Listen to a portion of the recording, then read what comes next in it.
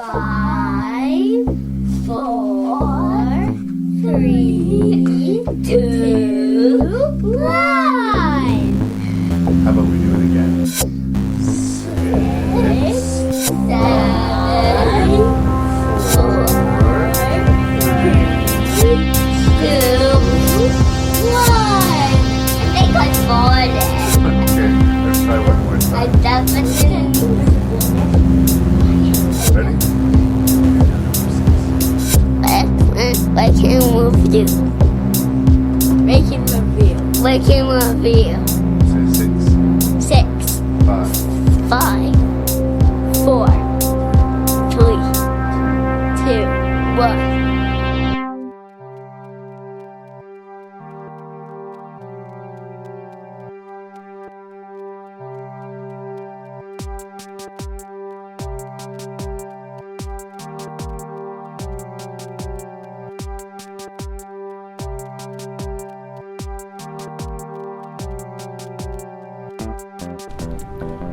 Greetings and welcome to the 259th episode of Rank and Review.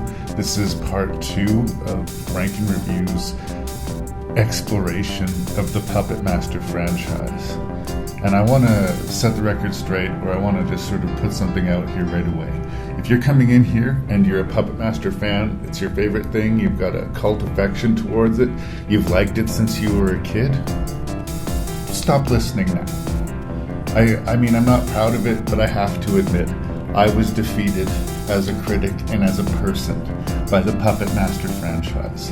You'll be able to hear it in Puppet Master 8, the review. That's when I hit my bottom, and that's when I officially stopped wanting to like Puppet Master.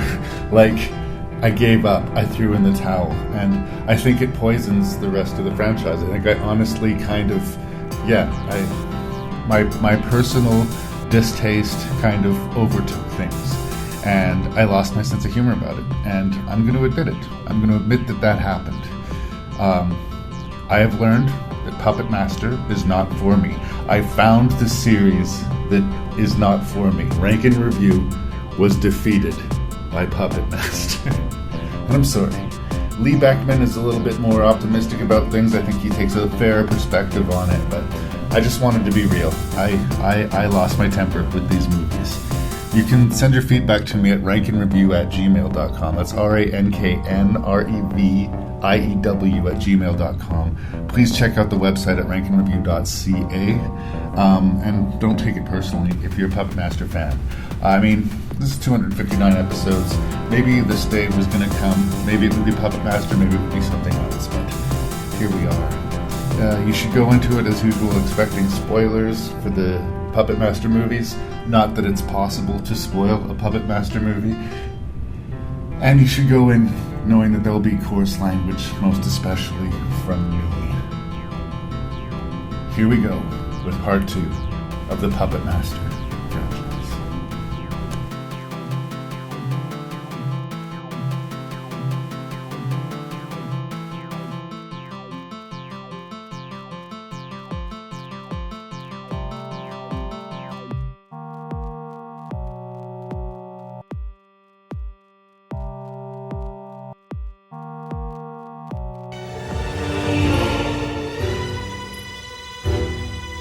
What is it? What have you found? Where? Cyclops. He was one of the first of the family. For those who think they've seen it all. Now, see how it all began. Let's begin.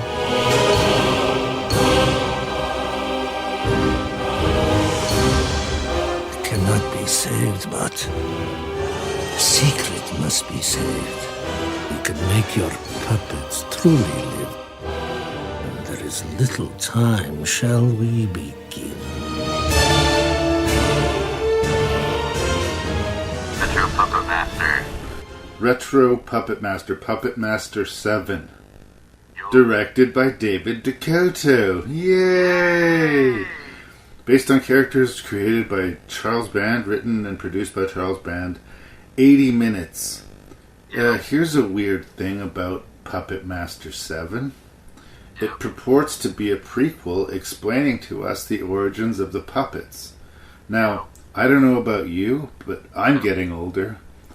Didn't we already have this movie? We did. That was Puppet Master 4 or 3 or And 4. didn't it implicitly say that Toulon's wife was turned into the Leech Woman puppet? Yes. And isn't that completely abandoned in this new movie? But Larry, you want consistent continuity in the Puppet Master series. Shame. Well, Fox on you. and again, like we were abandoning continuity in the previous movie as well, and here we are abandoning it once again, but doing another new origin story. And it's not like a tangent universe thing, or it doesn't feel that way. It's not like all of the Halloween tangent universes or the Texas Chainsaw Massacre tangent universes. We still have the same actor playing Toulon, and we still have the same puppets and the same aesthetic. Like, it is unassailably, for good or bad, Puppet Master 7, Retro Puppet Master. Yep. It's got the puppets going for it, but again, I feel like I would love to see more screen time. And it's got maybe the worst French accent I've seen in film. What? Is this not fair? It reminds me of the Ricky Bobby movie, you know, where Sacha Baron Cohen is just doing everything so over the top, stupidly, ridiculously European French that it's like deliberately ridiculous and hilarious. Yeah. Whereas this poor actor is so unself-conscious about it that it kind of makes me uncomfortable. And I'd like to say that he managed to dust this off and land on his feet. He maybe kind of did culturally, because he went on to be a co-star in The Room, the infamous, like, worst movie ever made Room. So he probably still makes money off of that movie to this day. But I'm not going to say that this movie is worse than The Room, but at the risk of repeating myself, Beckmann, I am going to report that it is a not very good Puppet Master movie. What? And it is the seventh one that you and I have sat down to talk about. What do you have to say about this Puppet Master entry? Well, once again, I'm going to have some sympathy for it, much like our last review. This was a 12-day shoot, so this was also go, go, go, and it was shot in Bucharest.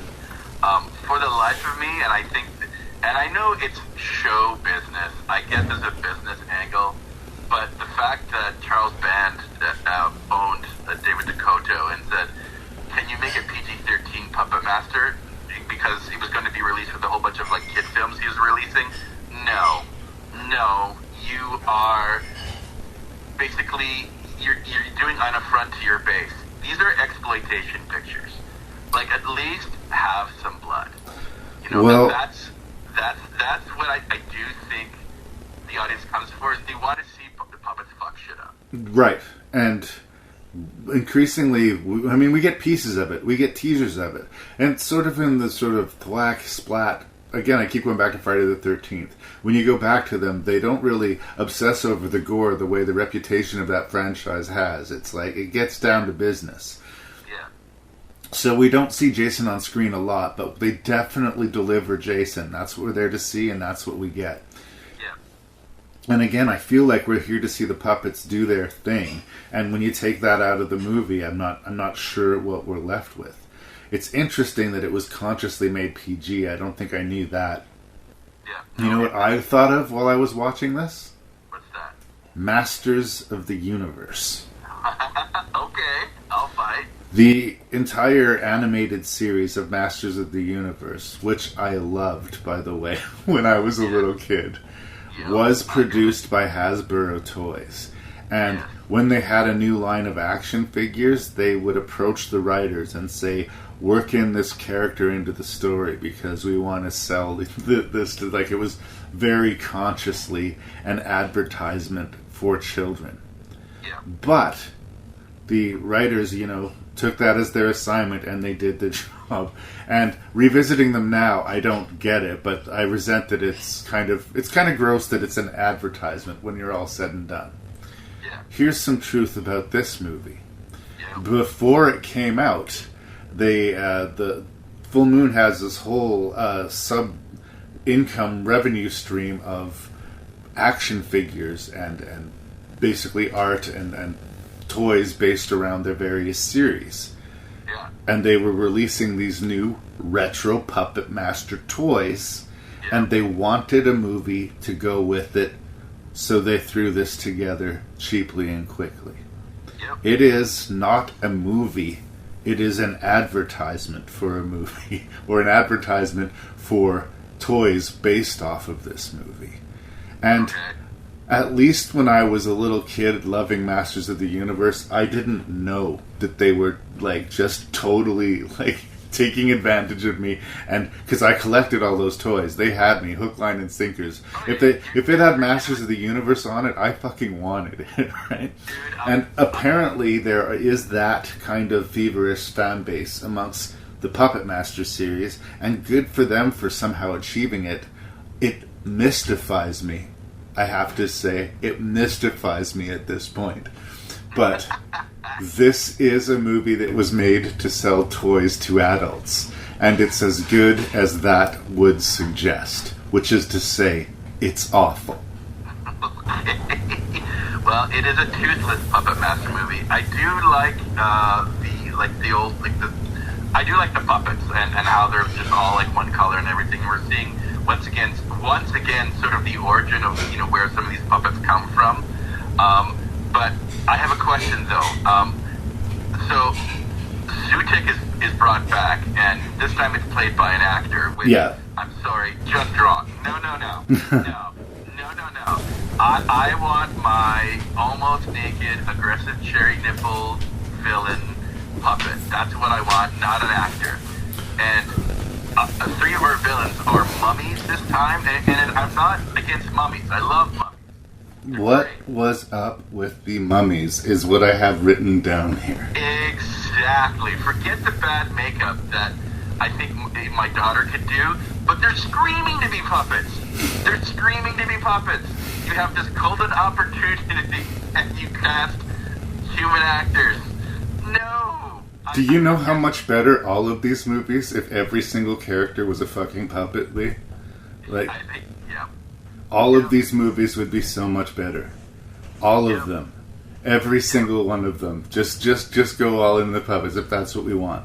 And let them be as dumb as they are. But with puppets, if it was like a Thunderbolts aesthetic, then fuck it. Who gives a shit, right? Exactly. And you could get away with so much goofiness.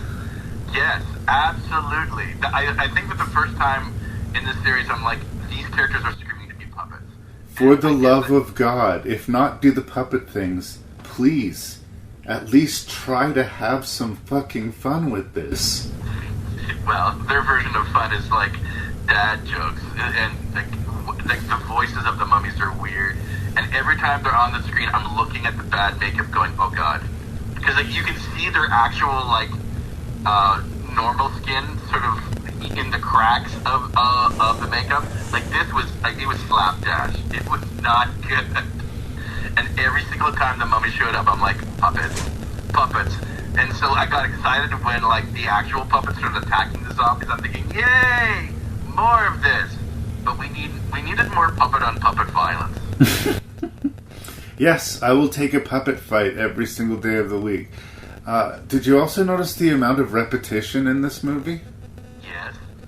Like, not just in plot points, but like literally actors saying the same lines over again? Oh, yes. It's like they were literally trying to get an extra bang for their buck out of the screenplay. And again, scenes were just nothing moved forward, just like, let's stare at each other. How rewarding was the romantic subplot for you? Yeah. Well, and then also just for the fact that, people, like, you've got sorcerers Yes. battling other sorcerers, and, they're shooting their fingers, and you can tell, like, they added, like, fake lasers or whatever in what was probably a very quick post-production, which once again made me giggle on that sort of it's so bad it's good level. It was like bad 90s TV effects. Yes. But it kind of fits in with the aesthetic of Puppet Master. Like, I don't even take points away for that. Yeah. This is like the Mighty Morphin Power Rangers invaded the Puppet Master world. Yeah. That's what I kind of got out of it. So,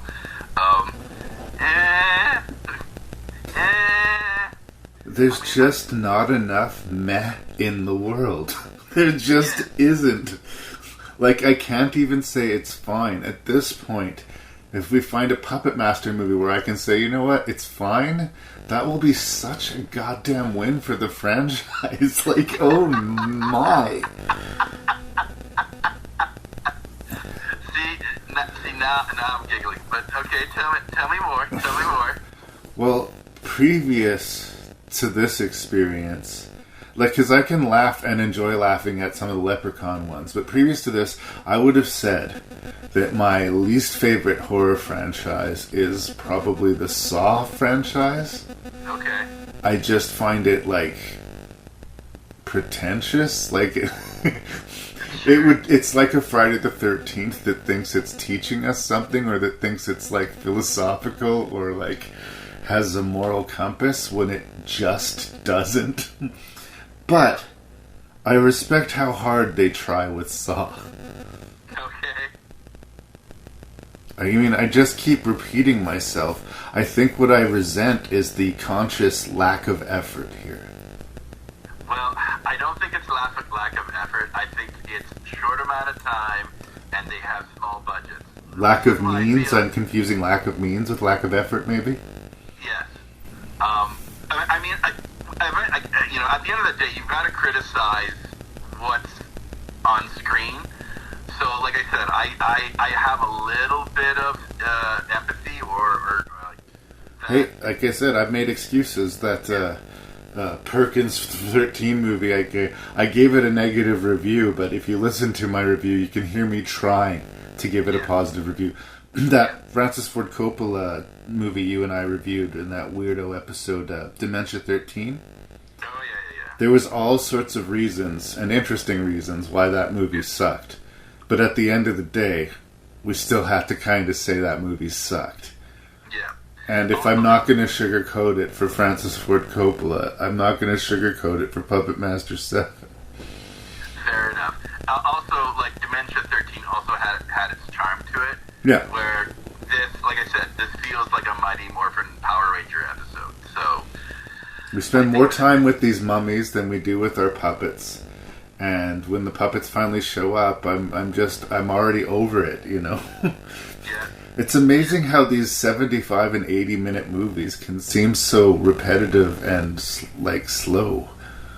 Well, also, there is a lot of padding. Yeah. Like these movies, they have these opening credits that start sometimes 10 minutes into the movie, and you and I are both on record that we're not fans of the score of Puppet Master, so we get another sort of version of this, and they're so long, and I just go, fast forward.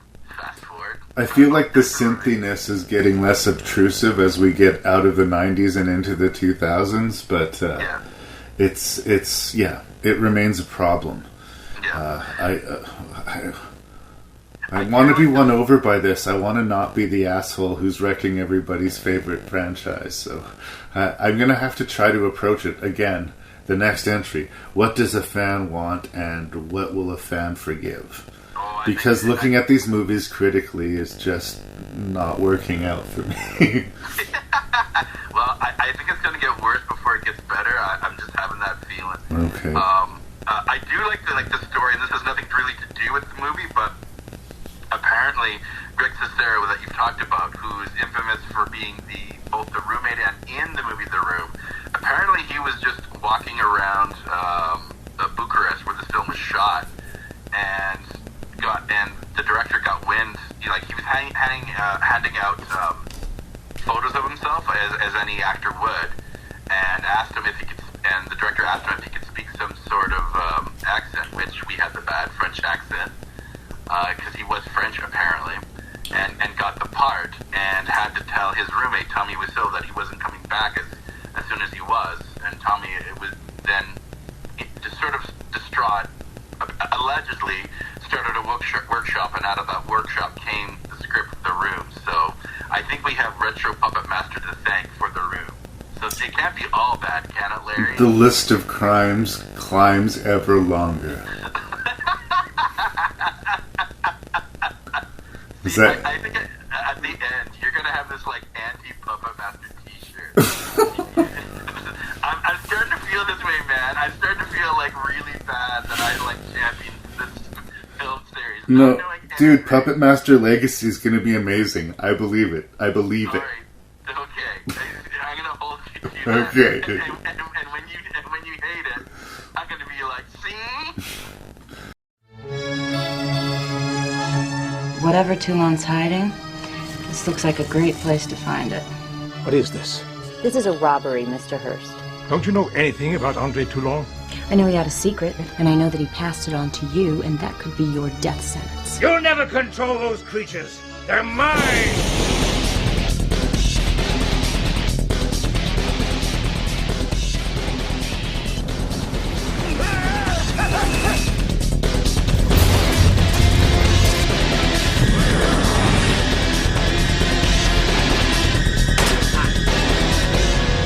All they want is revenge on their puppet master. And now that's you. Congratulations on your legacy. So, obviously, I've been having my issues with the Puppet Master franchise, and I've been trying, again, to be friendlier about it, to not, shit on somebody's favorite franchise. And I know there's voices, yours and on the internet of people that will work defense for Puppet Master. Yep. To start talking about Puppet Master The Legacy, I would like to completely jump the rail and talk about a Season 2 episode of Star Trek The Next Generation. Okay. Riker is badly injured. I barely remember the show, but it's life or death. He's laying on the med table and he's hallucinating the highlight reel of some of Riker's past adventures from the last season and a half. Yep. Now, even as a child who was so young that I didn't understand what a really kind of low quality show Star Trek The Next Generation was, especially in its early seasons, I was just amazed that there was Star Trek. But even as a child, I felt the condescending nature of that episode. Like, you don't have enough show to justify a clip show. This is just because there was a 23 episode order and you guys spent too much money and you needed to make a dirt cheap episode. This is I know where you're going with this, yep. This is complete filler, and it's like an advertisement for the show. It's not a quote real episode. It's not for anything but the advertisements we're going to wrap around it. There is nothing to this. And for a fucking franchise that's already so guilty of recycling the same special effects in their Muppets, to try to pull this off, I was working defense. I was trying to not be the fucking asshole about this. But as of this movie, as of the 8th entry, fuck Puppet Master. No, I mean, this is disrespectful to the fan base. And I understand behind the scenes everything was falling apart. They needed to put a product out and they couldn't afford to. But at that point where you're not making the movie to appease anybody but maybe, keep the lights on for a day and like any idea of quality or pushing the forward, no. There's no integrity to it. There's no art to it. It is everything bad when people complain about lazy, shitty horror movie filmmakings. When people are disgusted with me for watching dumb horror movies and talking about them on the internet, this is the fucking movie that they're talking about. Probably unhealthy, yes. Sorry, say that again, brother? Both of us have probably developed, a lot of time for this hobby. Yes, it's rather unhealthy. But I can watch a good bad movie. I will get into it. Yeah. Okay? Yeah. I have shown such patience. I have tried to meet them halfway on such a level, and I feel like I say it's a waste of emotion to apply hate to a movie, but I kind of feel like I hate this movie. Like, my desire to push forward is only just to get to the end of this episode, but like... The fact that Zoller wrote one of the future ones, the fact that they're getting into the more modern era, nothing excites me about this series. I feel stupid for subjecting my audience to this. Please, please, please do not ever watch any Puppet Master movie. It is a waste of your time. It was a waste of my time. I am not having any fun. How did you feel about Puppet Master: The Legacy? Well, first of all, since I think this was my idea, I am so sorry. I'm sorry. I mean, I've had some joy with a little of them, but I am so... I want to know what happened, like, behind the scenes, that they thought, like, this was a good idea. I think someone got, like, angry drunk. Perhaps Charles Band one night put this together and then released it and said, there. Oh, man. To serve respect to the plot, which is, you know, more respect than the film gives to its audience, a mysterious female, like, covert spy assassin-like figure is holding this old scientist dude hostage and questioning him about the magic that goes into bringing the Toulon dolls to life. And depending on what interstitial scene he's either knows everything or knows nothing. There's no thought put into it. They're just trying to sort of weave together the Puppet Master series by giving us a clip show of all of the other movies in a way that, like, I mean, it might arguably make more sense than each film individually, but as a film by itself, so ridiculous, so boring, so mind-numbingly insulting. 71 minutes long, and probably, not even a quarter, maybe 10 minutes is new material? If you could call it that. Can we invest in anything that's new?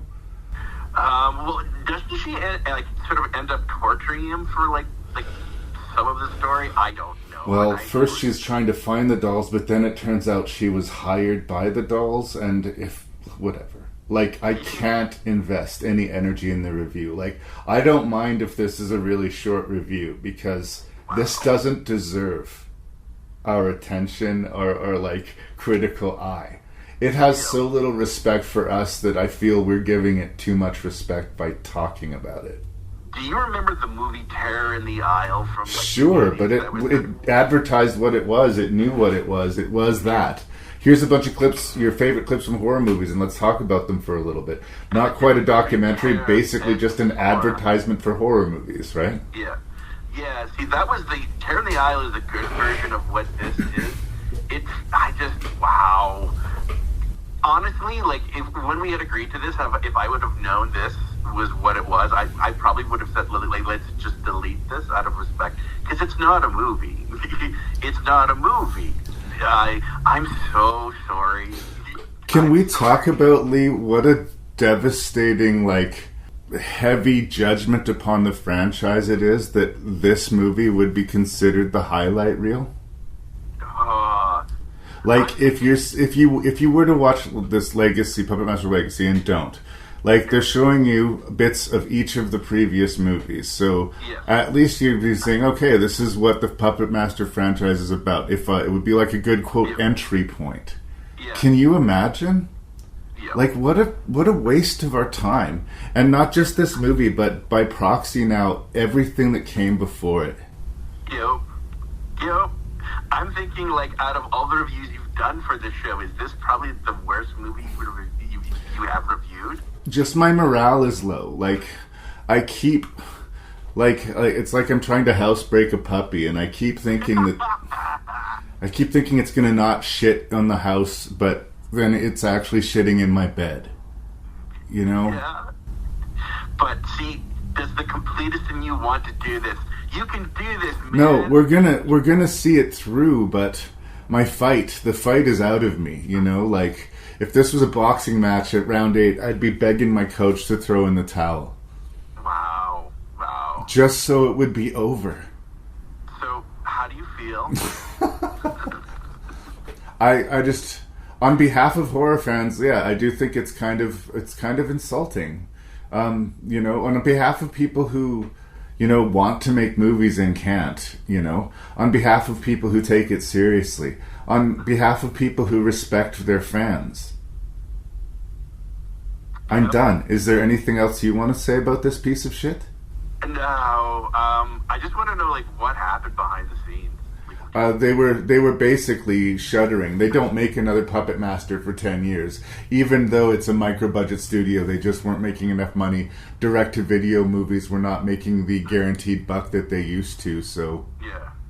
Even with the sharp corners they cut at that studio, they were having a hard time staying solvent, and that's why they end up making garbage like this. Wow. I feel insecure, Larry.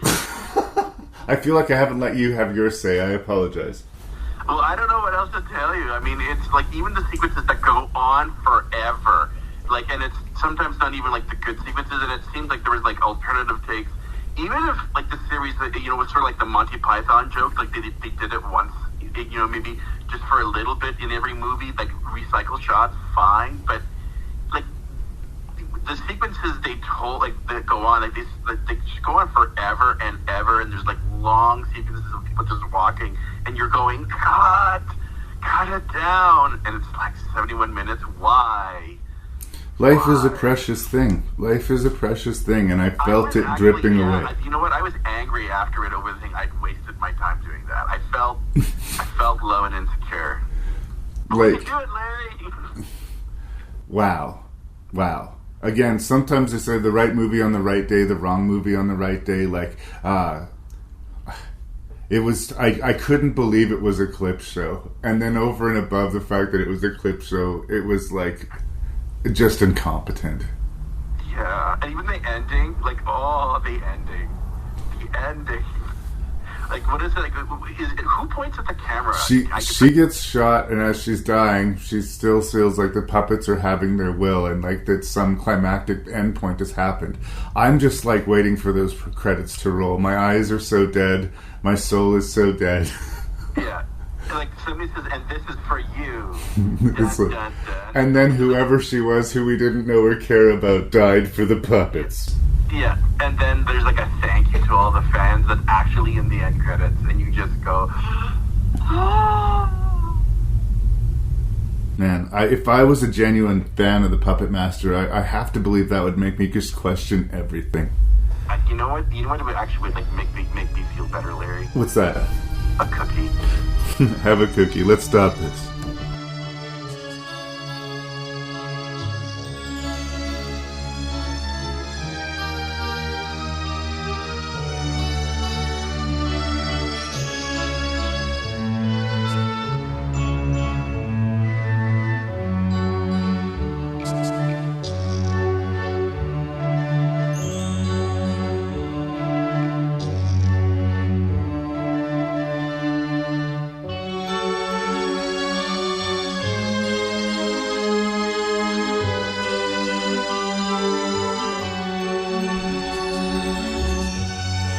So I'm actually set up out in the garage because I didn't want to compete with the laundry machine in the basement. So there might be some traffic or bird noise, but we're going to deal with it because it's Puppet Master 9, Axis of Evil. Wow. Go ahead. I'm proud of us. You're proud of us? We made it this far? Yeah, we're 9 in. Rah. Well, I feel like I didn't benefit like everyone else did if they were true Puppet Master fans, because between the previous installment and this one, almost 10 years go by. Yep. For you and I, a week.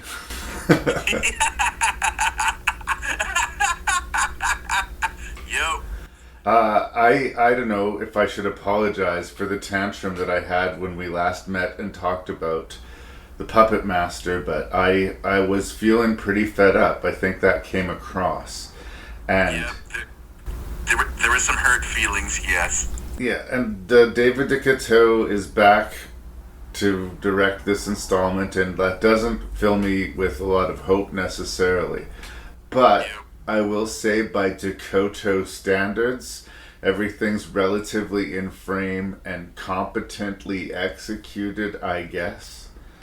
But considering they were bringing back the band and bringing back the brand, and like this is, you know, great news for Puppet Master, and we're coming off of a frankly slap in the face clip show cash grab. Yep. Was it wrong of me to expect or maybe hope they would try to up their game a little bit for Axis of Evil? Yeah. No, they didn't really. We still have terrible actors. We still have stock footage, same shots of Bodega Bay, several minutes from the original Puppet Master movie. Like, we haven't seen it a fucking dozen times before. I get that they recreated the original set and that they introduced a new puppet and that we did eventually get to some puppet violence and interactions, enough that I could, I guess, argue that it's one of the better Puppet Master movies that we've talked about. But that is setting such a low standard.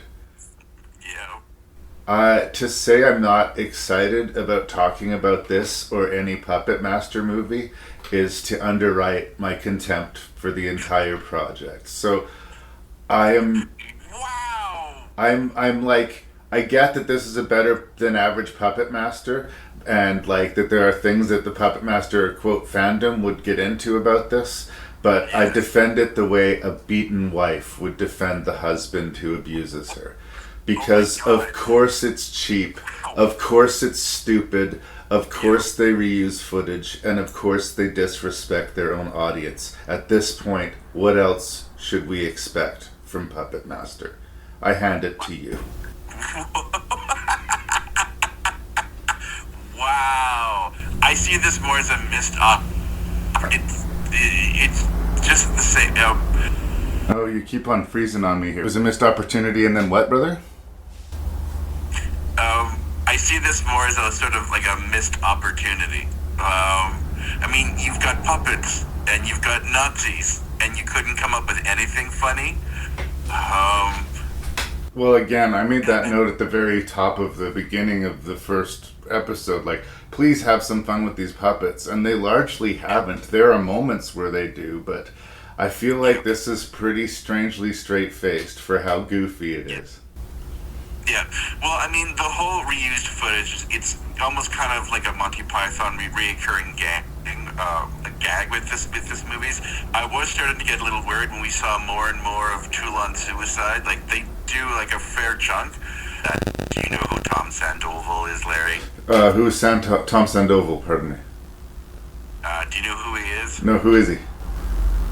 Well, currently now he's a TV personality, and his affair was all the sort of Hollywood gossip all last year on this show called Vanderpump Rules, and I'm ashamed to know that.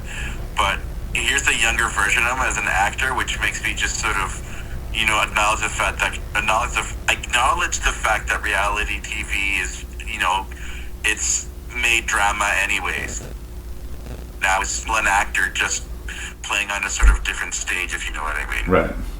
Well, I had no knowledge of this guy being reality TV or as an actor, but I will say nobody impressed me in this movie, but nobody irritated me as much as the Chinese villain, the female lead. Her delivery sounded like a badly dubbed stereotype of what you would expect an accent to be, but she's actually delivering it, and like, I hope that's not what she just really sounds like, because if it is, I feel sorry for her and anyone who has to listen to her talk. But as someone making a casting decision for the movie, that was strange to me. She doesn't read as credible in anything she says, and she's supposed to be this pivotal villain, apparently moving forward, although I am not counting on any continuity, because I've been trained to not depend on any continuity, but this also does feel like another part 1 of 2 Puppet Master movie. This is the first one of a trilogy, allegedly. I've not seen ahead, but this is the first of a trilogy, although they change up actors, but over different roles, allegedly. So they do shake actors up, but not characters, but whatever. It's Puppet Master. No, like I said, it feels like a missed opportunity, and the puppets weren't in it as much as I remembered. Like, that's the other thing. It's called Puppet master. Make it about the puppets, because whenever they're on screen, they're the most interesting thing. Yeah. Well, and we could talk plot point. Our main character is not able to join the war effort. It's another prequel, of course. And he really wants to, kill some Nazis, and he's trying to figure out this way. And he finds out that Nazis are in town searching the Bodega Bay Inn trying to find these puppets, but they're unable to find the puppets. They just find Toulon's corpse. So again, another sort of retelling of the origin of the Puppet Master stories. He's got this girl that he's romancing, working at the quote bomb factory, where these Nazis come in and hit on his girlfriend regularly, unchecked, and there's nothing credible about anything in this movie, and that's fine. It's a Puppet Master movie. It doesn't have to be necessarily credible, but again, some bounce, some energy, some light behind the eyes. Yep. You're a movie about puppets and Nazis and magic. Makes something. Go for gold. I was, just thinking about Trauma pictures the other day, and the sort of stuck in limbo Toxic Avenger remake, but that apparently is bonkers. Even if you've got a small budget, go wild, go crazy, and what we get is this sort of what's really a beginning of a trilogy. So that's kind of like I will give a no-budget movie some elbow room, because I'm kind of cheering for it, and I will let you get away with things. A wonky performance here and there, or a wonky special effect, I understand. I'm here for you. But if I don't think that you care about my entertainment watching your movie, I lose respect for you. Fair enough. Also, whenever the Nazis were on screen together, they would walk in lockstep, and I'm thinking, once again, puppets. Yeah. Make them puppets. The entire cast, puppets. Yeah. There's also the weird scene where they're meeting in a church or an opera house or something, when they first see the puppets anyway, and they steal the piece of the map. The Nazis see the puppets, and the guy says, puppets. But I was trying to analyze what he was going for in his reaction. I mean, he was sent to find the puppets, so he knows they exist. So I guess he's not exactly surprised to see the puppets, but is he frightened? Is he excited? Is he I have no idea. I have no answers. I don't know what choice was made, and neither did anyone on set. I get that it would be a hard thing to play necessarily.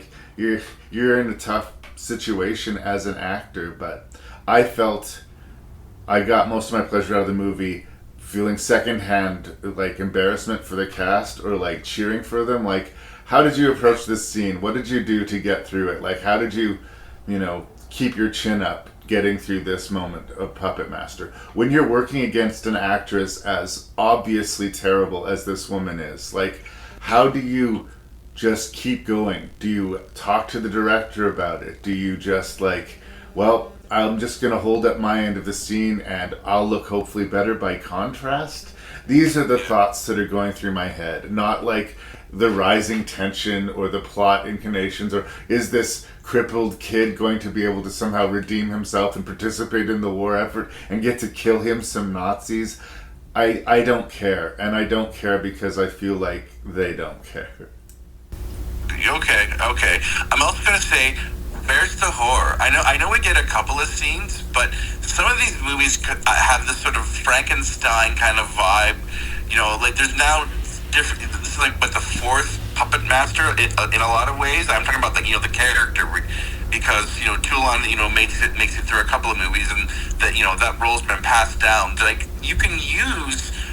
There are stories out there about puppets that go bad, or the monkey's paw, and like I said, this is just a sort of a simple story concept level. You've got all these little ingredients that could be cool to make a kind of cult film, but make it a horror movie. Absolutely, make it a horror movie and have some fun with it. Sorry, you were glitching just a little bit at the end there, but I'm on board with the points that you're making. Yeah. I would say go even more cartoonish. Either, like you say, have more puppets in this movie generally, or have the actors go as big as they can. The Nazis can be Doctor Strangelove level, over the top, mustache twirling, we need the puppets so we can rule the world. I'm all over that. Like, please, have some fun. Yeah, I know. And it's been 10 years. That's why it's sort of like disappointment, missed opportunity. There could be some good elements. Anyways, I'm just now going in circles. I'm feeling like the Puppet Master fandom is maybe a built-in fandom of people who fell into it when they were young and on video, and it felt like a new discovery, and it felt like it was theirs, and they always smiled at a new Puppet Master. But I wonder how many new quote-unquote Puppet Master fans are accumulating. Like, I am having a real hard time with these. And it's not that I can't get behind a goofy, stupid movie. I can watch a Leprechaun movie. I can watch something that I know is just innately silly and goofy.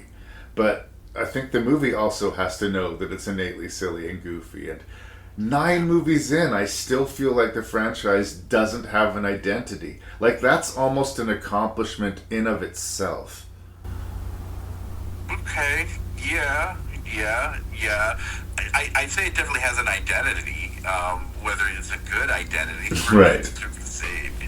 I mean, when you speak of that, I see characteristics. Like I said, those, reusing footage, I think, is almost like a running gag with the movie about now, but, man. It feels like the most consistent, dependable thing we have so far is low effort. But hey, we had a story this time. Kinda, I guess, but it didn't finish, did it? No, and that's what's like, we had a story this time, Larry. You know what? It can't get worse from here. It can only get up. I say all of this, and this is, quote, one of the better entries that we've watched so far. So, ouch. Yep. Anything else you want to say about Axis of Evil? No, I don't think we should give it any more time to defend it or... All right, brother. Well, this ends the actual physical collection. I have a little set of the first 9, so I'm going to have to figure out how to watch the last 3. But we'll meet next week and press on with this awesome adventure. Thank you, Mr. Beckmann. Yes.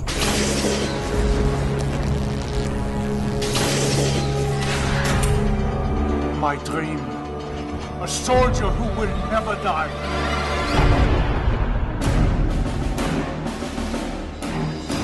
Nazis have invaded the U.S. We believe they have taken root in our very own Chinatown. America needs citizens like you to do their part for the war.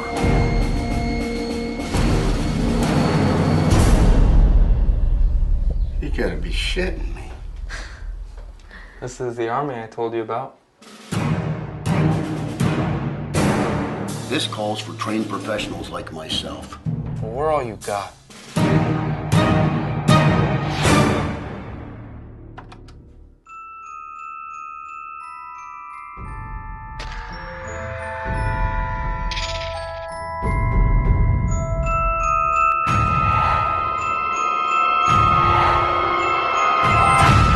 This is no child's plaything. Okay, here we go with Puppet Master 10, Axis Rising. Charles Band, the original creator, is back in the director's seat, and I feel at least that somebody who cares a little bit more, or is a little bit more on the ground floor, is like, I guess, slightly more invested. And I feel immediately some course correction does sort of happen here.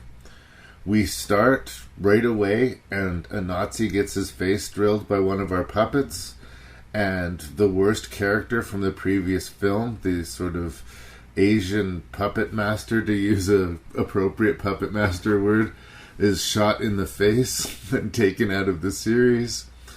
And, you know, it's still unmistakably, you know, the too cheap kind of vibe of Puppet Master, where it's not super credibly period, and, you know, it has way more to do with the interaction between, you know, the mad scientist and this hot Nazi chick than it has anything to do with the actual puppets. But the same problems do still exist. the scenes go on way too long, and the acting is not very confident. Yeah, we get introduced to a new line of puppets, which they can sell as a new line of toys and t-shirts, but they're all borrowed from other properties. Like, obviously, there's this She-Wolf of the SS vibe going on here. There's the wolf puppet, there's the booby shooting puppet, and then there's the, old school German tank puppet. And I don't know, how about, we've already, played the what if game, but what if one of the Nazi puppets got their hands on one of our good puppets, and it was about the Nazi puppets torturing one of our puppets, make it about the puppets. I'm not excited about it, but I mean, it's I guess in some ways it goes down easier than some of the more recent entries have, but I can't bring myself to call it good. Talk me down. I don't Well, I can't really talk you down.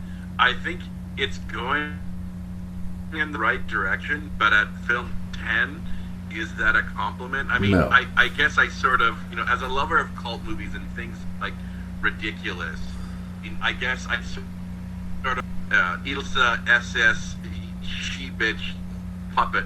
Although, I mean, Stephanie Sanditz, who plays Ushi, whose motivation is, I think, from the director of the script, just to seduce. Yeah. That's all she really does is, talking a German bad act, like, try and seduce both the main villain and, I think, a scientist or something. Well, I think that the whole play is, this bizarre love triangle, and then... Sorry, brother. We got a little bit of a delay there. Say that again? I mean, she starts this bizarre angle between, I guess, a scientist and her main Nazi villain, and she gets murdered, and then her soul gets transported into that sort of Nazi Austin Powers-esque puppet. Like, and that's mainly what the movie spends its time on. That's the focus of the movie, instead of, the characters that we started with, one of whom or have both been recast. Yeah. I mean, Otto Brezina plays Frunhofer, the scientist, and I love the bad German accent. Ugh. We should do the whole movie review like this, yeah. The film is very interesting. Yeah. Yeah. We have ways of making you watch Puppet Master. I will say this. I mean, honestly, Charles Band is not a comedic writer. I mean, I'm not a comedic writer. I may be funny looking, but I don't find myself overly funny. I just sort of think, like, you've got all these, like, right recipes to make this unbelievably silly puppy. I would have handed that script to some real comedic writers, like an improv group, and close and throw a whole bunch of, like, bad Nazi horror movies, like Nazi monster, Nazi zombie movies, and just go and see what you came up with. Because, like I said, they've got the ingredients sort of sprinkled out to be something, but it ends up just being kind of meh. Yeah, well, meh is almost a high hill for them to have reached at this point. But again, at the risk of repeating myself, have some fun with these Nazi puppets. Have some fun with the Puppet Master franchise. If you're not going down the exploitation route, they do a little bit in the next movie, but in this movie, they're still playing it pretty safe that way. So if you're not going to do She-Wolf of the SS, if you're not doing a Nazi torture movie, if you're not doing an exploitation movie, then good God, in a world of these puppets, these better be cartoonish Indiana Jones, goofball, easy to laugh at Nazis. I still am bewildered at the choice to try and be sort of straight-faced about things. that is not the choice I would have made, and I'm shocked that they're still committed to it 10 movies deep. I don't think they're playing it straight face. I just don't think it's funny. Or enough You know, of the you've got funny. actors that are, you know, speaking in, like, they're not doing high camp or anything, but you can't take any of this seriously. I mean, and like, what is the plot of this movie anyways? I mean, once again, it's, you know, our two, you know, sort of nice American cops, they get sort of hooked up with this sort of army soldier guy, and the three of them, you know, are trying to stop, yet once again, this evil Nazi ring that have created their own Nazi puppets. But they need to unlock like, the that's secret of how to keep the it. puppets alive. And, like you say, the whole business of this super horny Nazi chick, and the evil commandant is unable to satisfy her, so she turns her attentions to the mad scientist, and that, of course, gets her killed. But I don't really care about the origins of... do you remember the name of the puppet? I'm trying to remember the name of... Oh, she had a really stupid name. Anyway, that's how not memorable the movie is. Sorry, are you talking about the blonde Nazi woman? No, the doll that shoots out of her boobs. It had a really lame name. I just can't remember what the name was. I can't remember either. Yeah.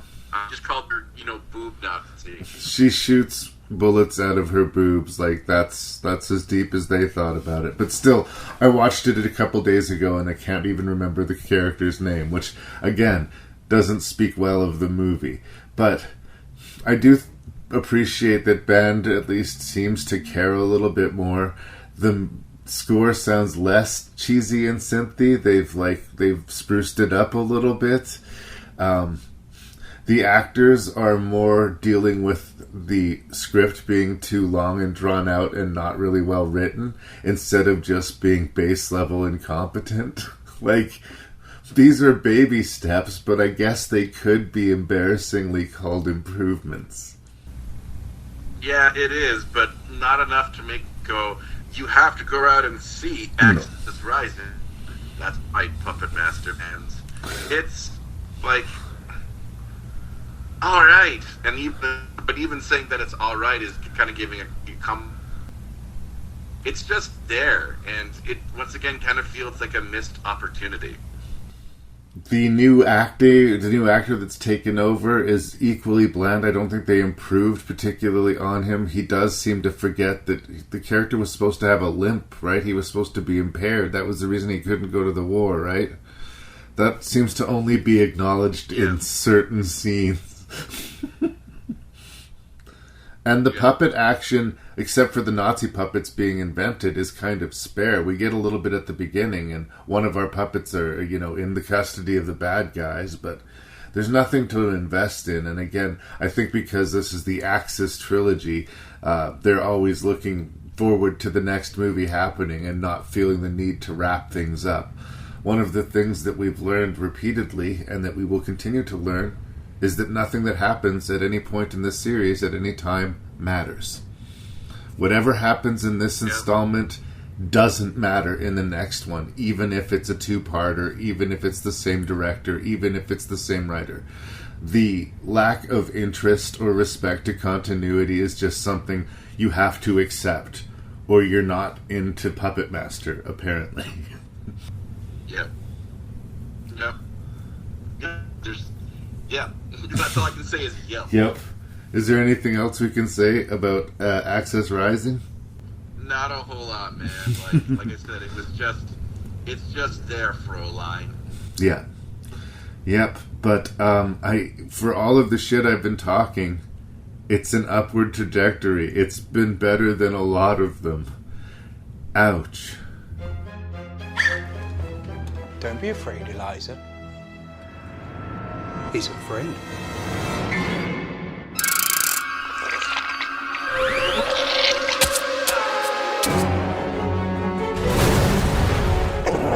So, my little friend, we will finish our business. I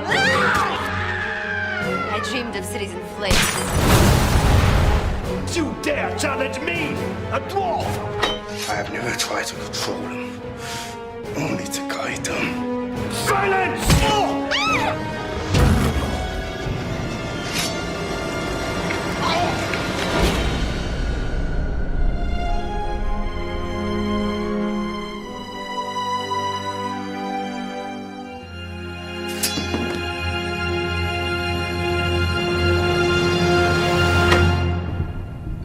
It's 2017. We have Puppet Master Access Termination.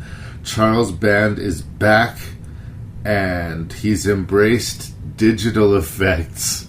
We're going to be looking at a lot of digital blood effects and digital bullet hits, and it's a change in the landscape of the Puppet Master universe, in that we're kind of used to base but impressive, like, stop motion, or base but gets the job done, physical horror stabby effects. Now it's uncomfortably cheap, not very convincing bullet effects.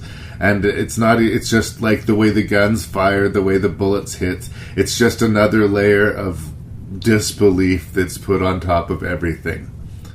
But this movie started with me absolutely howling. The two protagonists that's been looking after the puppets for the last two movies, the focal points of the trilogy, are both shot and killed in the first few minutes. And I laughed out loud. I know. I laughed out loud. It's just like, nothing matters in this universe. Thank you for yet again reinforcing this. It's such a strange decision as well, because it's not like our heroes. Like, they could have had our original heroes, be some of these different roles, I guess. I don't know. Why they were killed off, I just don't get why. Or why their deaths wouldn't count more. Why it wouldn't be some sort of sacrificial thing instead of, like, they just get coldly iced by an assassin. And again, the desired effect, I think, was supposed to be shock. And oh my god, and where are we now? And I was laughing, not with, but at the movie right away. And we have this new tough guy, military guy, and he looks the part, and he's like, I'm going to say a C- actor dealing with like a D- script. And then he gets paired up Paul with... Logan is Paul Logan, sorry? Is that his name? And he gets paired up... Paul Logan is the actor's name. Okay, and he gets paired up with, like, Dollar Store Peter Dinklage as this, like, sorcerer guy. And they go back to something that they should have had in every one of these movies, but for some reason abandoned after the first one. Do you remember me, it seems years ago now, talking about the sexual psychic? In the first movie, there was that one psychic character who... were lit up by events sexually in certain different rooms, and it was just sort of an air of kink. It was like another thing that they could have played on top of the psychic thing, and that they almost never did anything with. Here we have everything's back to what were maybe interesting components could have been in the original. We have the psychics back. We have the kinky psychic back. We have wizards at war over control of the puppets. But, again, I say all of this, but all of the other stalwarts are still carrying over. The scenes still go on for way too long. The actors still aren't very confident. Nothing that happens in the movie carries any weight, or should it, because we are trained to know that nothing matters. For all of this, again, there's stuff that bemuses me about it. They spend so much time focusing on this one Nazi villain and how powerful he is, only to completely subvert that. No, this female Nazi, she's even more powerful. And there's this...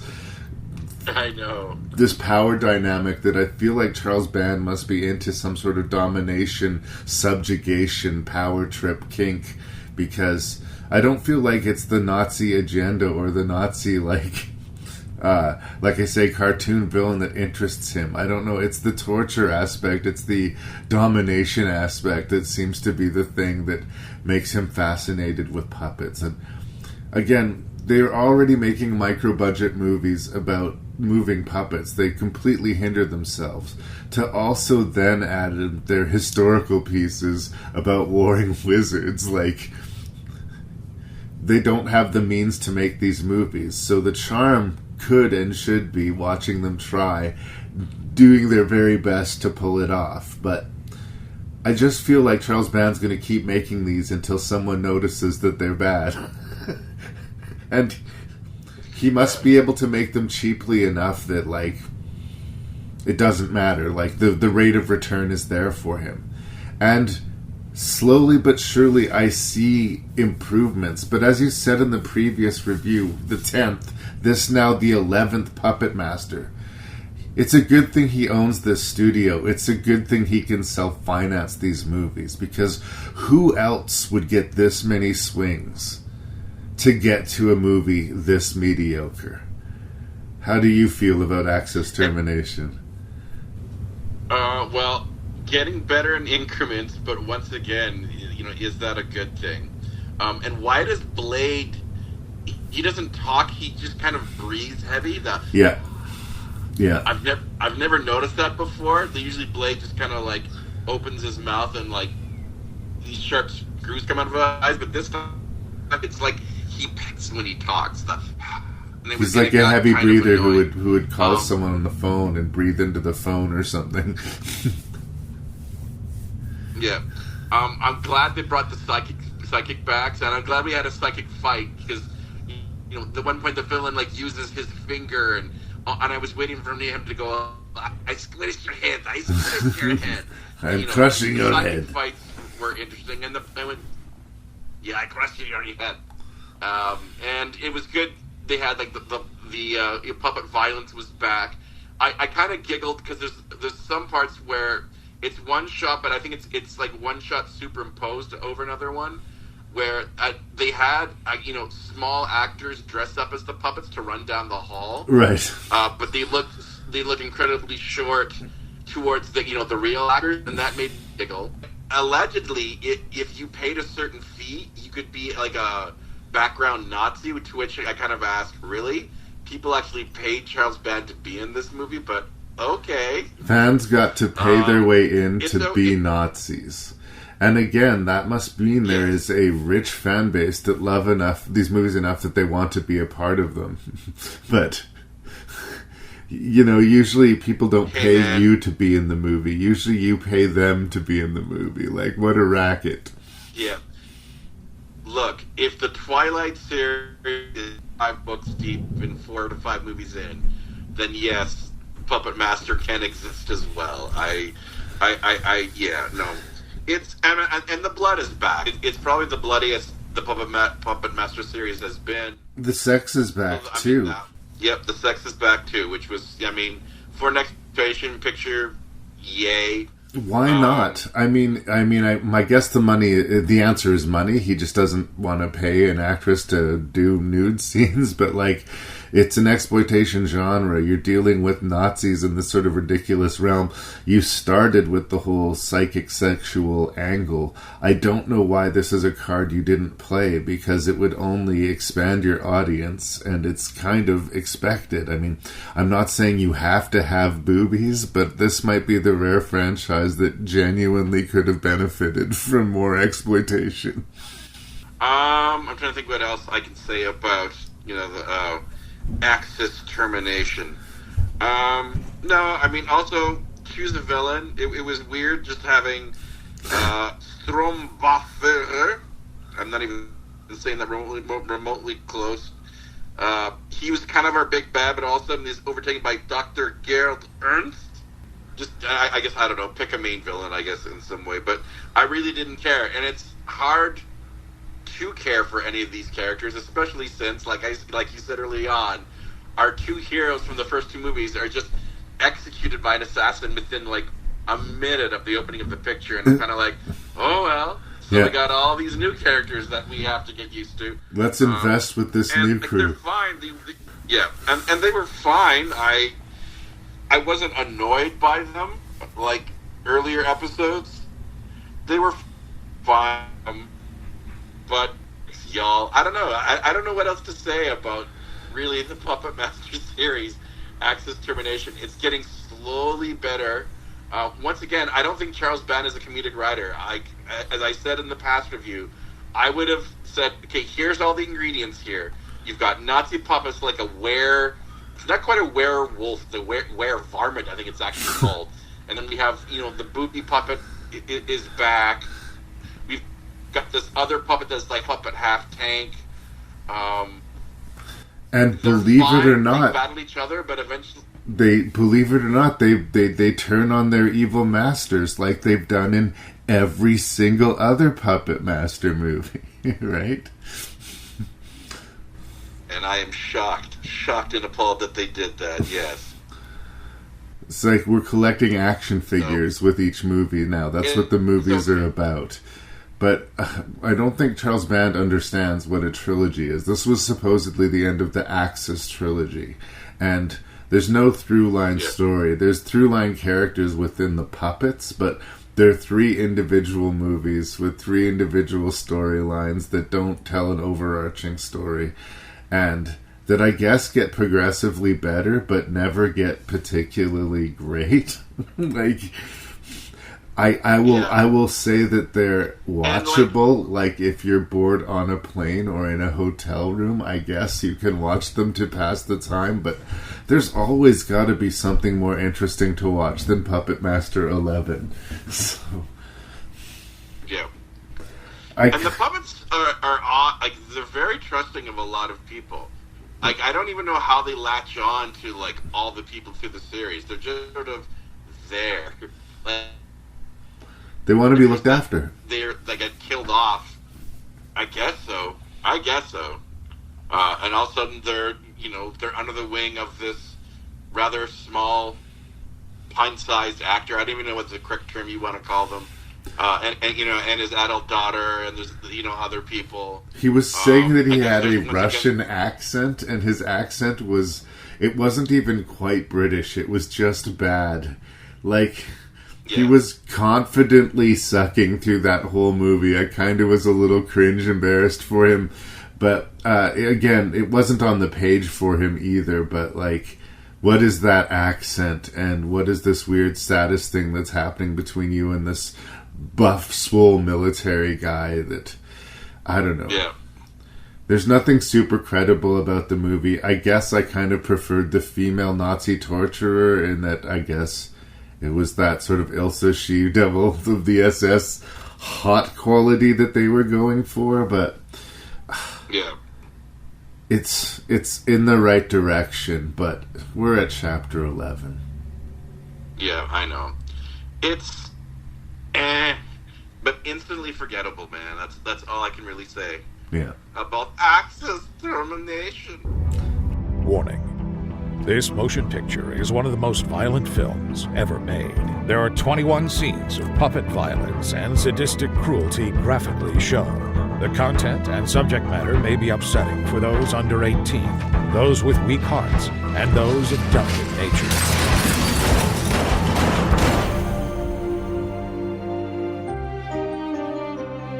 This cellar workshop is where André Toulon manufactured puppets. It is unclear how many of these puppets were made, though 60 or so of them are expected to be in Postville by tomorrow for the auction. That's not mine. I don't really know how that got here. Maybe it walked. Hello.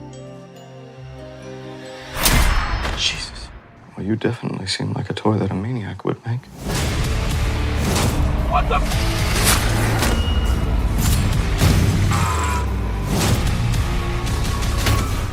Why would anybody create a Nazi puppet? They're little, they're fast. Anne Frank was hiding in her attic. A puppet could find her.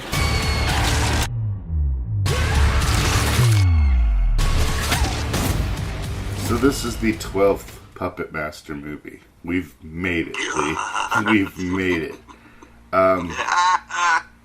Look, it's a weird picture. This is from 2018, Puppet Master: The Littlest Reich. 2 directors, Tommy Wigland and Sonny Laguna. They just don't sound familiar, do they? Neither, like, Charles Brown has, like, character credit, but S. Craig Zoller has written this screenplay. In fact, nobody in the cast or in the production that jumped out at me as being attached to any former Puppet Master movie. What this feels like to me is some people who've actually, managed a toehold in the industry, who were inexplicably fans of the Puppet Master franchise, have made a fan film. That's what this feels like. I mean, I'm confused because I think we've established that I'm not a fan, but it is at once nothing like anything we've seen so far, and yet completely on brand. It's what you would think the Puppet Master movies would have been if you hadn't seen any of them. It's like Puppet Master on crack, but in the same way that it's consistent. There still are scenes that go on too long. There still are up and downs with the acting, and nothing that happened before this movie really matters. There's a bunch of new pull-up puppets. Toulon is evil again. There's no respect at all to continuity, and that's consistent. They've made. Laugh at... No, I did last. This is all me lining up to say.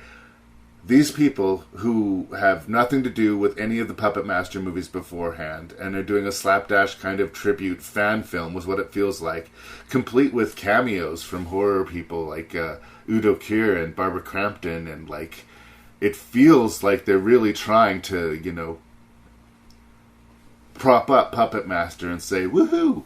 I think they've, made the best Puppet Master movie that you and I have reviewed. It also still kind of sucks. Wow. But, I mean, I can't... Anything I compliment about this film really doesn't have anything to do with what came before it. It's a bunch of people who liked the Puppet Master and said, let's do it. Let's do our own Puppet Master movie, and let's do it better and quicker and gorier and sleazier. The way everybody secretly, I think, wanted the Puppet Master to be. The way the Puppet Master established itself. That first movie was about psychics doing kinky stuff, playing with puppets, that got around to being about puppet murder.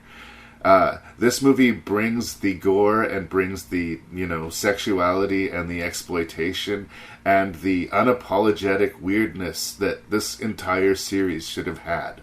But at episode 12, it's just too late, I think. And I think that there's a line. There's we deserve to have a little bit more, extravagant kill sequences. But maybe we could work up to the puppet ripping a baby out of a pregnant woman's stomach. Right? Yes. And when that scene happened, Lee, how are you supposed to take it? Was that a shock scene? Was that a scare scene? Was that a laugh scene? It was a shock laugh scene. Yeah. It was a scene that was meant to disgust, repulse. Anyone that has good taste would probably walk away. I do not, so I applaud. Yeah, but I just kind of sat there and I nodded and I said, I see what you're doing here. It's kind of in a weird way what the series should have been doing quite a while ago and just sort of fully going for it. But I've established that I'm not really a fan of the Puppet Masters, so as much as these guys are bending over backwards to pay tribute to Puppet Master and bring in actual actors and bring in actual decent effects, I just don't think Puppet Master deserves this. Even this movie, Puppet Master does not deserve. But I'm not going to pretend that the director is incompetent. I think Zoller had fun. He probably wrote it in an afternoon. But, yeah, we got a bunch of new toys. It's at a convention. Tom Lennon, who's a stand-up comedian and an okay actor, is sort of our main character. He's got a new romance in his life, and these reanimated puppets are causing all sorts of problems for him. Yep. Yeah, I mean, it's... Doing the rank, I will probably put it at number 1. We're going to give ourselves a little intermission before we rank all 12 of these puppet movies, but I think on a technical execution level, on an acting level, and on a what is your goal and did you accomplish it level, I think this movie is doing everything it wants to do. It's not a high bar it's trying to reach. It's No. but it is what it is, and it is what it is successfully. So, congratulations, Littlest Reich. Well, I think I enjoyed it a lot more than you did, but by no means do I think this movie is an amazing movie. I think you could watch it and it sort of disappear into your lexicon of memory or whatever. But I mean, I had fun. I thought there was some great, setups in death, much like a setup and a punchline of a joke. It was always nice to see. I think it was Matthias Hughes, who is at one point turned into a giant human puppet. I thought that was a very creepy idea. We've seen that before, much like Killer Clowns from Outer Space, but I thought that was actually kind of a creepy idea. They were trying some stuff here, right? Like, yeah. No, I mean, I thought the script was by far as a sort of I want to be a cult movie. Let's see how far and perverse we could get, which I think arguably could have been some of the Puppet Master movies. It was fun. It didn't get lost in its own mythology. It's a slasher film at its heart, really. Yeah. And the puppets were threatening, actually. There was a good blend of stop motion and CGI whenever they needed, because a lot of it is shot it's shot at night and in the dark in a lot of ways, so you can get away with it, where you could have these small little objects sort of even like fly in the room. So I thought, especially I think it's hard in movies to make small little things extremely threatening to large human beings. We've had this conversation more than once, actually. I thought they did that really well. Yes, it goes over the top on the absurdity and the gore, which I also liked. I think you really hit on it when you. I think you hit on it when you said fun. That is like the crucial ingredient that's been missing for me in a lot of these Puppet Master movies. When I reviewed Puppet Master vs. Demonic Toys with Ray Lee, I was like, I really hope that the Puppet Master franchise has some fun with it. And they largely haven't. They've been weirdly straight-faced for a series about Nazis and puppets and puppets fighting each other. It's been such a slog. So this movie doesn't have that. The past ones had a lot of, honestly, dad jokes. That sort of dad joke of humor. Which, I mean, puns can be funny, oddly sometimes, but not for 90 minutes. And yes, the scenes bleed on too long, where this felt very much a movie for this ADHD brain generation. Here's a bunch of new puppets. Here's a bunch of new victims. Here's some titties. Here's some gore. And we're done. Yeah. So, by no means is it an amazing movie, but I had fun. It's, it was also made by Fangoria, which was sort of a nice touch. As I mentioned earlier, it's always good to see Matthias Hughes, who is the villain in I Come in Peace, or Dark Angel, as it's known in other sort of parts of the world. The movie where people are killed by CDs. That's right. And also Michael Paré shows up. Oh my God! Somebody wake up Michael Paré! Holy shit! I reviewed this Lovecraft movie where he plays a teacher at the school, and this movie I've seen him in.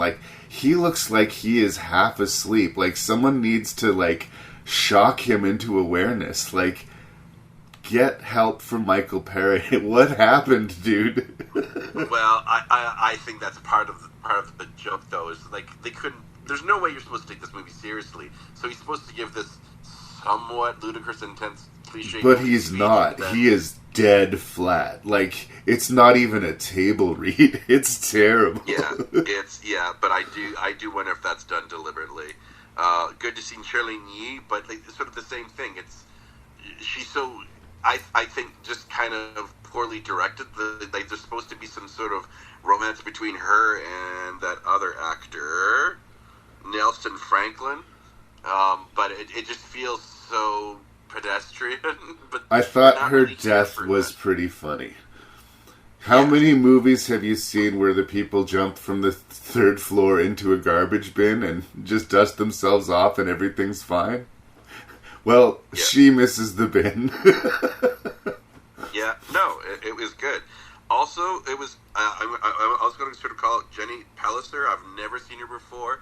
I liked how the movie at one point sort of put in her head that she could be a part of this conspiracy, to the point where I really liked her characters. And spoilers, she doesn't make it. No, I think that's supposed to be the big oh shit moment of the movie, because we spend so much time with that relationship between those two, and yeah, she gets shot by a zombie Tula.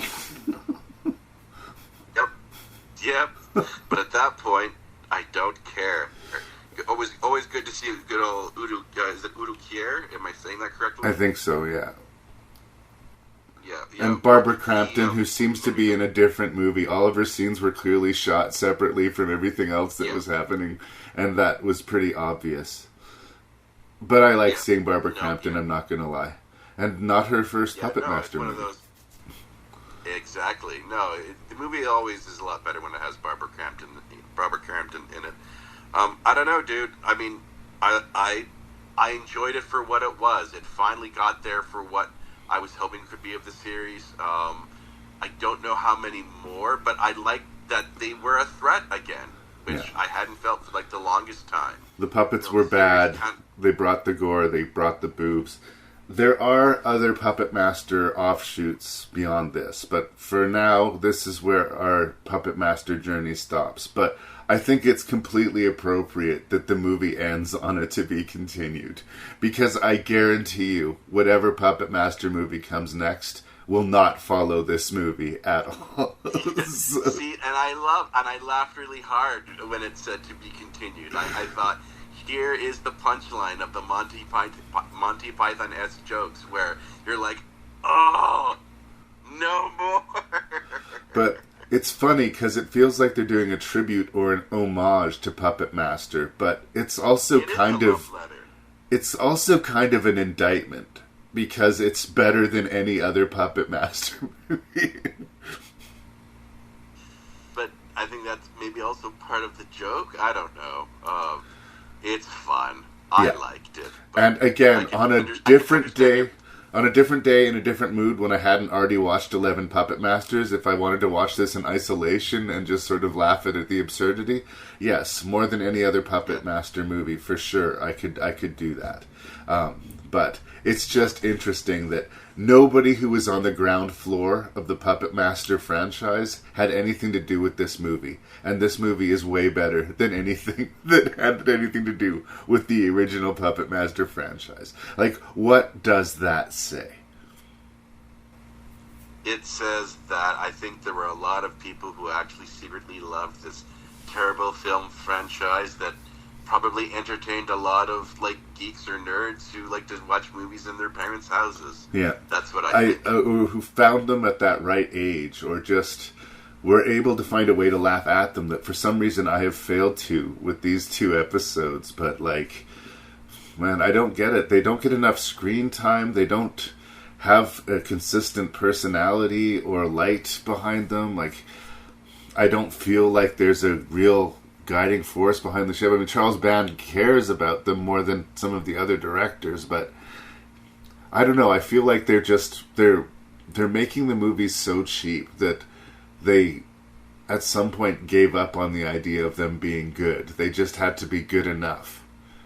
And on behalf of everybody who's ever dreamed of making films, you know, I feel like if you're in a place where you can make movies, try harder. On behalf of the people who can't have your job, try harder.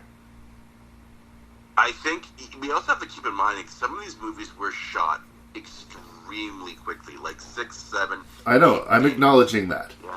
But they're completely killing their own project by doing that. And they do it again and again and again, and they're rewarded for it. And the movies didn't really get better for me. Like,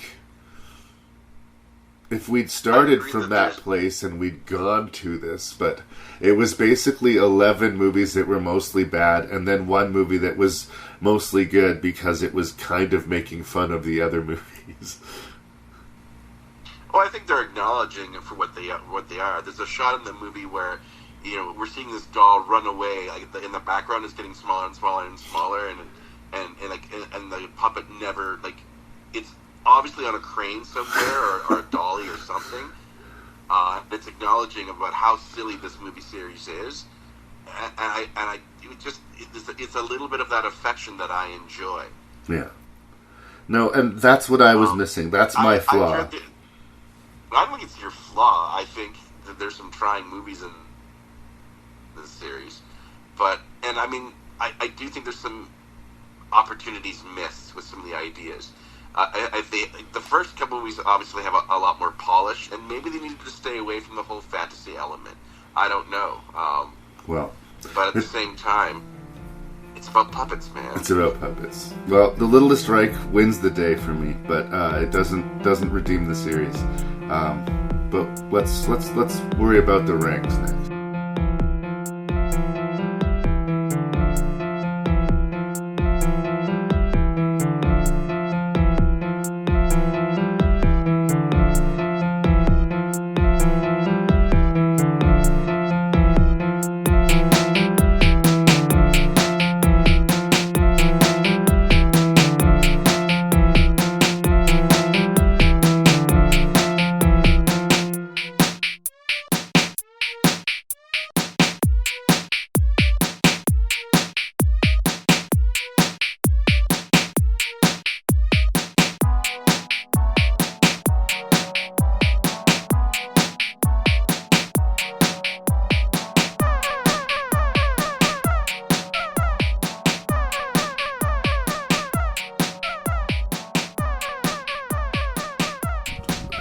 So, thank you for doing the Puppet Masters. I'm sorry if I was scolding you before or taking out my frustration on you. The thing is like, I'm a little bit disappointed in myself as well. It's just like, I maybe had this theory that almost any horror movie or fantasy movie, at least for me, there would be an end point. As long as I caught it on the right day or I was able to like meet it halfway, that I could find a way to like this series. Because a lot of people do, and like I feel like my vitriol has been unwarranted. I shouldn't have been as mad as I was. I think it was just the amount of movies. There's 12 of them, and I kind of figured out by movie 4 that it's probably not going to be getting a lot better than this, you know? And I kind of let my emotions run away with me. I'm just saying, if you love the Puppet Master movies, that's amazing. That's great. That's good for you. Don't let me take that from you. I love Friday the 13th. I love Nightmare on Elm Street, even the Child's Play movies. And I understand if you grew up not watching those, that would probably be nonsense to you, or, you know, you'd have to already like something about the genre to just fall your way into it. But I don't know. I've made low-budget films. I'm sympathetic to low-budget filmmaking. And I feel like I can see these obvious problems in each of the movies that would be fixable, or at least improve upon. You can improve upon them as you go. And the fact that it just had the sort of more or less sameness with few blips here and there of, let's say, mediocrity, it took away from my enjoyment. I think that maybe years from now I could watch Puppet Master 4 by itself and laugh at it, or I could watch The Littlest Reich by itself and laugh at it just as like a dumb bad movie night guffaw. But I don't see revisiting the Puppet Master franchise. I really don't. I was gonna say, in your defense, there's maybe like one movie that's actually of great quality, or like good quality, I should say, on a sort of entertaining sort of level. And I guess like puppets, if you're into puppets, it's sort of neat to see. But a lot of these movies are not good, so, you know, be kind to yourself, I guess. But I feel like I was way nicer to Leprechaun and way nicer to Hellraiser, and they had their dark corners too. But I don't know. Yeah. There's something about this got under my skin in a way that maybe it shouldn't have. Well, there were 12 of them. I will be shocked if we match No, Like, there's no way. literally- Yeah. But, I don't know. I mean, there's some here that made me sort of giggle a little bit. Like I said, Sutek, the evil puppet. Yeah, they almost had something there. Yeah. Well, let's do it, man. What was your least favorite, then, of these 12 Puppet Master movies?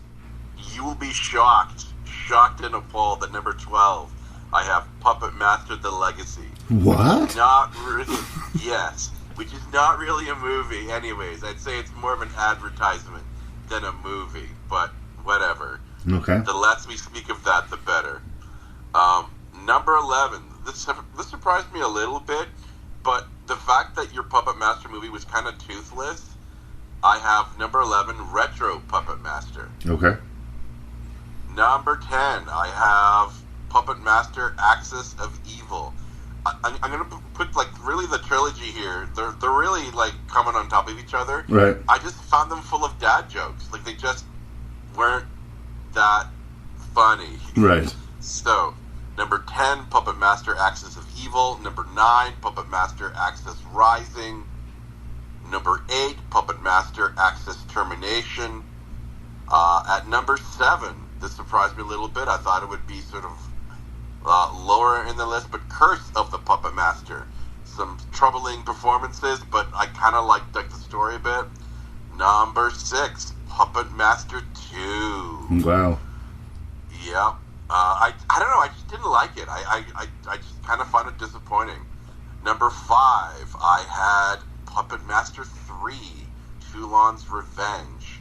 I think my love for Sutek and those cherry nipples on that evil puppet made me love that. At number 4, Puppet Master 5, and number 3, Puppet Master 4. Like I said, I thought, now we're going places. Just never quite recovered. So like I said, number 3 was Puppet Master 4. At number 2, I had the original Puppet Master. Entertaining enough, I guess. And to no one's shock and surprise, at number 1, Puppet Master: The Littlest Reich. Wow. Yeah, our lists are quite different, but I mean, we are, as I said before, we're judging shades of brown on shit here. Like, there's. Well, our lists are quite different, although we start in agreement. I put Puppet Master Legacy in 12th place. And I believe we agree I put Retro Puppet Master in 11th place. Wow, yes, we are correct. But all the way in 10th place, I put Puppet Master 2. I remember watching that with you in my basement and just getting increasingly irritated. And then, like, Larry, okay, calm down. It's Puppet Master 2. This shouldn't be affecting you. And then it would get back on my nerves. And I remember feeling like, right away. This is only Puppet Master 2.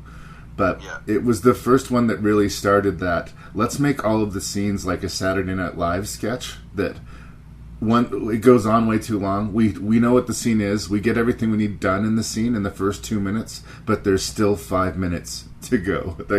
Woo. Then I put in 9th position Puppet Master 3, Toulon's Revenge, which was slightly better than Puppet Master 2. In 8th position, I put Puppet Master 5.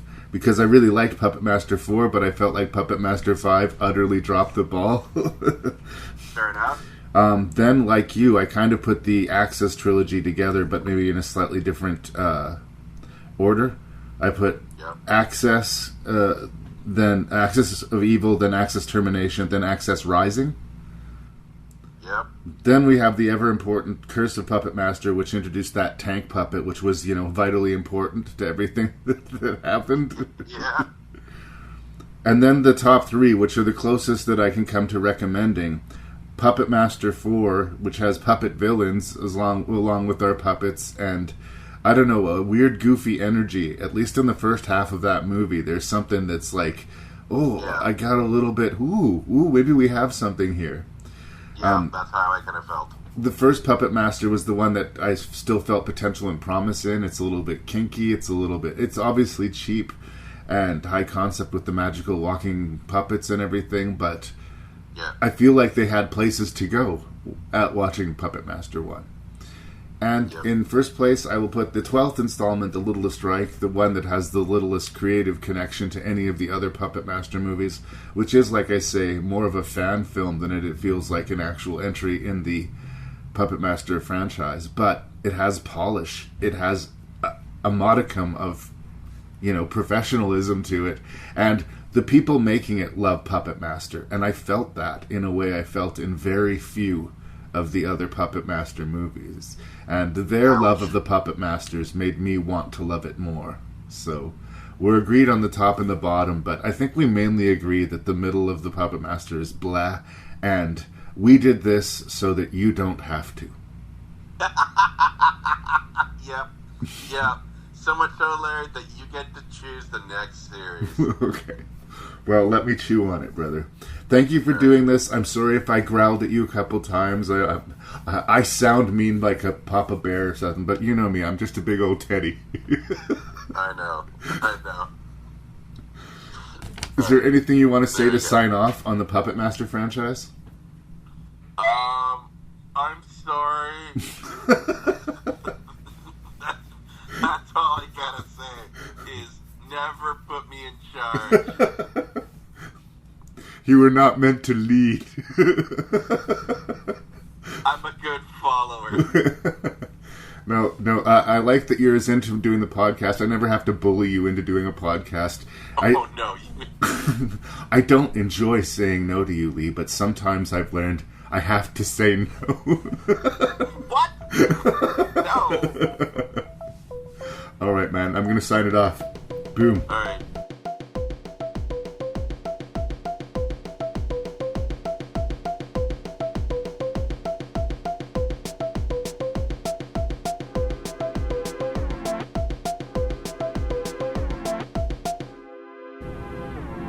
And so we came to an end of Puppet Master. Somebody write me at ranknreview@gmail.com and tell me what the value, what the worth, what the point of the Puppet Master franchise is.